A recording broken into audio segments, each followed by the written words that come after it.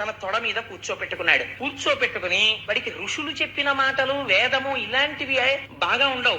రాక్షస బుద్ధితో కూడుకున్న మాటలు వాడికి చాలా తృప్తిగా ఉంటాయి. తన కొడుకు అవి నేర్చుకున్నాడని ఆయన అనుకున్నాడు. అనుకుని ఏది 4 మాటలు చెప్పు, నువ్వేం నేర్చుకున్నావో, నువ్వు ఏది నేర్చుకున్నావో, ఏ పద్యమైనా పర్వాలేదు, నీవు నేర్చుకున్న దాంట్లో నీకు ఇష్టం వచ్చింది, నీకు బాగా నచ్చినది ఏది ఉందో అదొక్క పద్యం చెప్పరా అంటే ఆయన అన్నాడు తొడ మీద కూర్చుని, నాన్న, ఎల్ల శరీరధారులకు ఇళ్లను చీకటి నూతి లోపల త్రెళ్ళక. ప్రతి శరీరధారి కూడా జీవుడు శరీరాన్ని పొంది ఇల్లు అనబడేటటువంటి ఒక చీకటి నూతిలోకి దిగిపోయి ఇంకక్కడి నుంచి నేను మీరు నేను మీరు అన్న భావన పుట్టి అందులోంచి అహంకారము మమకారము, నా వాళ్ళకి మేలు జరగాలి, బయటవాడు ఏమైపోయినా పర్వాలేదు, ఎల్ల శరీరధారులకు ఇళ్లను చీకటి నూతి లోపలం త్రెళ్ళక వీరు నేమను మతి భ్రమణంబున భిన్నులై ప్రవర్తిల్లక సర్వమున్నాతని దివ్య కళామయ మంచు విష్ణునందుల్లము చేర్చితారవి నుండుట మేలు నిశాచరగ్రని. నేను నా వాళ్ళు అన్న భావన విడిచిపెట్టి జగత్తంతటా ఉన్నది పరబ్రహ్మమే అని గుర్తెరిగితే అటువంటి వాడు ఘోరారణ్యములోకి వెళ్లి కూర్చున్నా సరే ఉద్ధరింపబడుతున్నాడు. నాన్న,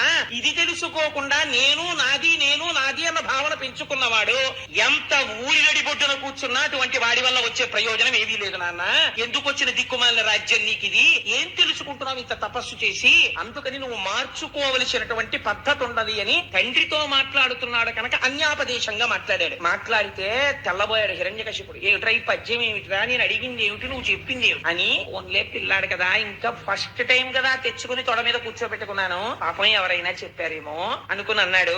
అయ్యయ్యో, అదేమిట్రా అలా అంటావు, నాకు చాలా ఆశ్చర్యంగా ఉందిరా, నువ్వు రాక్షసుడికి జన్మించినటువంటి వాడివి, ఇలాంటి బుద్ధులు నిజంగా నీకే పుట్టాయా, లేకపోతే ఎవరైనా పిల్లలు పక్కకి తీసుకెళ్లి రహస్యంగా నీ చేత చదివిస్తున్నారా? వాడికి అనుమానం దేవతలు ఎవరైనా వచ్చి పిల్లాడి రూపంలో పాఠాలు చెప్పేస్తున్నారేమోనని. తన గురువు మీద తనకి నమ్మకం లేదండి, ఇంతకన్నా భ్రష్టత్వం ఉంది. గురువుల వంక చూసి కలువ మెత్తాడు. ఈ గురువులు నిన్ను చాటుకు తీసి కోశాలో పద్యం చెప్తాడంతే, కానీ అది మనస్సులోకి వెళ్ళిందా?